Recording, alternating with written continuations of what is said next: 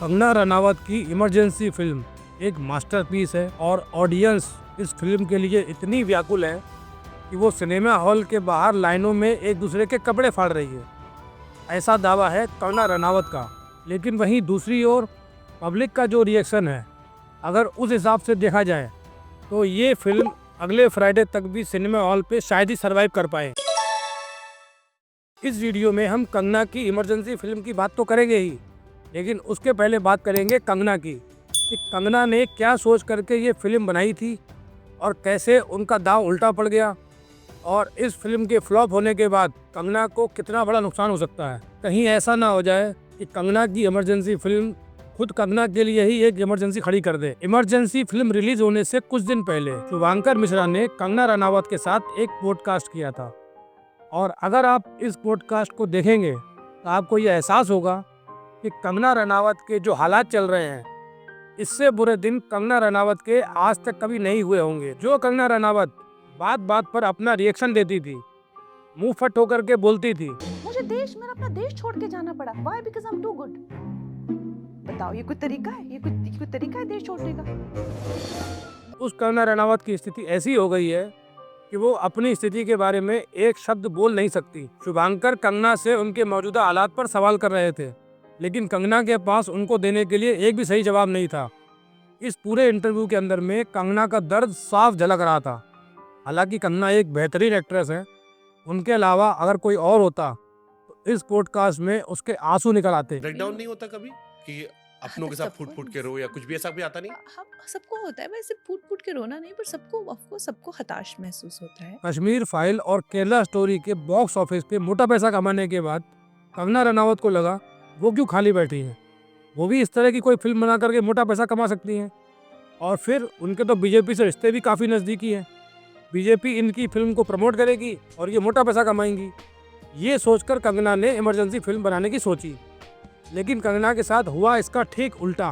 कंगना की film emergency को BJP का सपोर्ट मिलना तो बहुत दूर की बात। जो फिल्म 6 सितंबर को रिलीज होने वाली थी, महज 4-5 दिन पहले कंगना को ये पता चला कि उनकी फिल्म पर बैन लग गया है और उनकी ये फिल्म अब रिलीज नहीं हो सकती। 1 सितंबर हम पॉडकास्ट कर रहे थे और आपका पूरा चेहरा लटक गया था। सोचिए, 6 सितंबर को रिलीज है, 1 सितंबर को आपको सुबह पता चलता है कि the film has been banned. Kangana Ranaut को जानने वाले एक बात बहुत अच्छे से जानते हैं कि कंगना रनावत अपने उल्टे सीधे बयानों के लिए बहुत मशहूर हैं। उनके दिल में जो आता है वो बोलती हैं।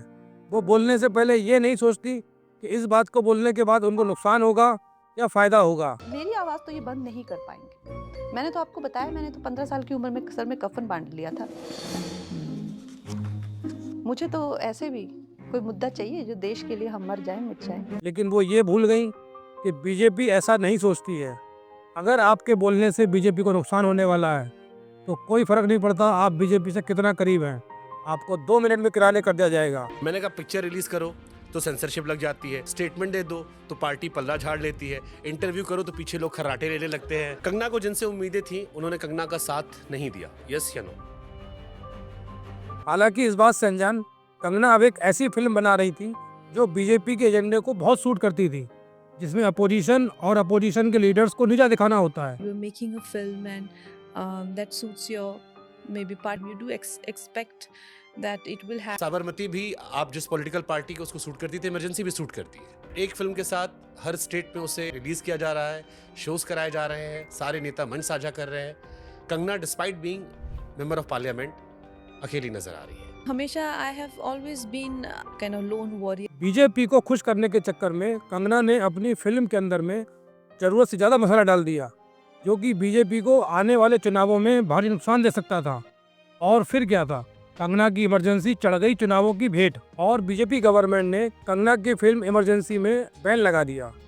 और कंगना के वकीलों ने खुद इस बात का खुलासा कोर्ट में किया था कि बीजेपी उनकी फिल्म को रिलीज नहीं होने दे रही है, जिसकी बात मैंने इस वीडियो में भी की थी। अब अपनों से तो उम्मीद करते हैं कि अगर आप साथ मत दें, But कम से कम मुसीबत पैदा मत करें, विरोध मत कर दे या परेशानी मत बढ़ाए। एक फिल्म बनाने के लिए बहुत पैसा लगता है। अब कंगना की फिल्म में कोई पैसा लगाए, इस बात का यकीन तो कंगना को भी नहीं था, लेकिन कंगना को ये फिल्म बनानी थी क्योंकि इस तरह की फिल्म बहुत अच्छा बिजनेस कर चुकी थी। तो कंगना ने इस फिल्म को बनाने के लिए अपना घर गिरवी रख दिया। Course I had financial issues. मुझे इस फिल्म को बनाते टाइम कितने मतलब बैकआउट कर गए, फिर मेरे कोई स्टूडियो बाय नहीं कर रहा था, फिर कोई OTT वाले भी बाय नहीं कर रहे थे। मैंने अपनी घर खुद गिरवी पे रख के फिल्म बनाई। अब खाली फिल्म बनाने से ही काम नहीं चल जाता है। फिल्म बनने के बाद उसकी पब्लिसिटी में भी पैसा खर्चा होता है और खूब पैसा खर्च होता है। और कंगना रनावत 6 सितंबर को फिल्म रिलीज करने के लिए एकदम तैयार बैठी थी। खूब पैसा खर्च कर चुकी थी अपने फिल्म की पब्लिसिटी के लिए। और उन्हें मालूम चलता है फिल्म रिलीज होने से सिर्फ 4-5 दिन पहले कि उनकी फिल्म बैन हो चुकी है।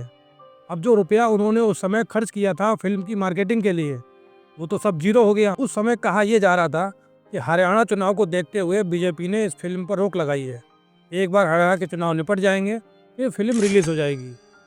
लेकिन कितने चुनाव आए, कितने चुनाव गए, कंगना की फिल्म रिलीज नहीं हुई। अब कहीं जाकर के 5-6 महीने के बाद कंगना की फिल्म रिलीज हो रही है। अब जब पहले ही एक पिक्चर का इतना सत्यानाश हो चुका हो, रिलीज होने से कुछ दिन पहले ही वो बैन हो चुकी हो, तो उसकी जो सारी की सारी पब्लिसिटी थी वो तो बेकार हो गई। वैसे भी सबको पता था कि ये एक प्रोपेगेंडा मूवी है। जो इसको देखने भी जाना चाहते थे उनका भी क्रेज खत्म हो गया। तो इस फिल्म का फ्लॉप होना तो निश्चित था। और हालांकि कंगना खुद भी ये बात जानती थी कि ये फिल्म फ्लॉप होगी। इस इंटरव्यू में जब शुभांकर ने कंगना से पूछा कि अब आप इस फिल्म के बारे में हिट होगी या फ्लॉप होगी क्या सोचती हैं, तो कंगना ने बोला मेरे लिए तो रिलीज हो गई, यही बहुत बड़ी बात है। अब हिट और फ्लॉप की तो बात ही अलग है। तो ये फ्लॉप और हिट का भी दिमाग में चलने लगा है आई थिंक ये अपने आप में एक बहुत बड़ा सक्सेस है कि कि रिलीज कर दी। फिल्म मैंने भाई साहब रिलीज हो गई पिंड छूटा रखे जैसे तैसे रिलीज तो हो गई यार। और हुआ भी ठीक वैसा ही। फिल्म रिलीज होने के बाद ऑडियंस ने इसको डिजास्टर कैटेगरी में डाल दिया। Kangana Ranaut as a director इतनी बेकार हो सकती हैं, इतनी बेकार हो सकती हैं, वो इमरजेंसी फिल्म देख करके आपको समझ में आएगा। क्या किया है ये? इस फिल्म के बारे में इतने बेकार रिव्यू आ रहे हैं कि लोग देखने ही नहीं जा रहे। फिल्म का नाम इमरजेंसी और ऐसा लगा कि थिएटर में बैठे दर्शकों पर भी जैसे इमरजेंसी लग गई हो। आज तक के भी कुछ इसी तरीके के विचार हैं। बॉक्स ऑफिस पर फीकी पड़ी इमरजेंसी। कुछ मीडिया चैनल्स ने तो ये तक कह दिया कि इस फिल्म को देख करके आप ये सीख सकते हैं कि कैसे एक बायोपिक नहीं बनानी है। अब ये फिल्म तो फ्लॉप हो चुकी है, लेकिन कंगना के लिए कोई नई बात नहीं है। इससे पहले भी कंगना लाइन से कई फ्लॉप फिल्में दे चुकी हैं। लेकिन यहाँ तकलीफ दूसरी है। कंगना के हालात इस समय धोबी के उस कुत्ते की तरह हैं जो ना घर का होता है ना घाट का होता है। बीजेपी में अपना कद बढ़ाने के लिए कंगना ने एक प्रोपेगेंडा मूवी बनाई जिसमें उन्होंने अपना घर भी गिरवी रख दिया और वो मूवी तो बुरी तरीके से फ्लॉप हो गई। तो बॉलीवुड में तो उनका खेल पहले ही खत्म हो चुका है, लेकिन पॉलिटिक्स में उनका क्या भविष्य है ये भी सोचने वाली बात है।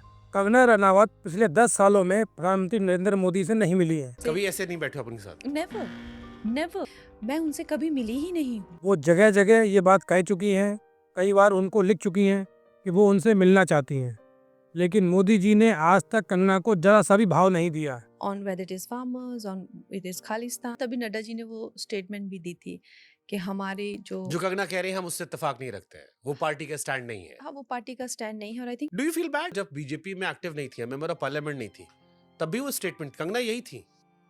कंगना हमेशा से ऐसी थी, स्टाइल उनका यही था। यू में लाइक हर, यू में डिसलाइक हर, बट तब लोग साथ खड़े थे। अब अपने हो गए, अब टैग लग गया, मेंबर ऑफ पार्लियामेंट बन गए। अब शायद आपने उम्मीद करना शुरू किया होगा। जिसके लिए स्टैंड करना होता है वहां लोग खड़े हो जाते हैं। बड़े बड़े मसले देखे हमने इस देश में, सियासत में इतनी मासूमियत नहीं होती है। और इस सवाल को शुभांकर ने अपने इस पॉडकास्ट में बार बार उठाया, कई बार उठाया। दिलजीत दोसांझ को प्रधानमंत्री के साथ देखने के बाद जब लोग आपकी प्रोफाइल पर कमेंट कर रहे थे कि आपको टाइम नहीं मिला, आपको बुरा लगा? हॉकी के खिलाड़ी है। आधी रात को मैंने मेल करवाया था पीएम को, रात को कॉल आ गया, सुबह हमारी पूरी फैमिली गई, मेरे बच्चे को मिले वो सैफ अली खान और पूरी फैमिली को आपने देखा होगा। और फिर आप कह रहे हो कि आप 10 साल से कोशिश कर रहे हो। लेकिन कंगना का चेहरा देखने के लायक था, उनके पास कोई जवाब नहीं था। अब जब प्रधानमंत्री नरेंद्र मोदी अपने पार्टी की एक एमपी से मिलना नहीं चाहते, तो इसका मतलब है कि कंगना का बीजेपी में कोई बहुत लंबा चौड़ा भविष्य नहीं है। कंगना इस पॉडकास्ट में बताती हैं कि उनका बॉलीवुड में कोई दोस्त नहीं है। बॉलीवुड में कौन दोस्त है आपके एक्टर्स में? नहीं, बॉलीवुड में मेरे कोई दोस्त 20 साल में आपको एक दोस्त नहीं मिला बॉलीवुड में? नहीं।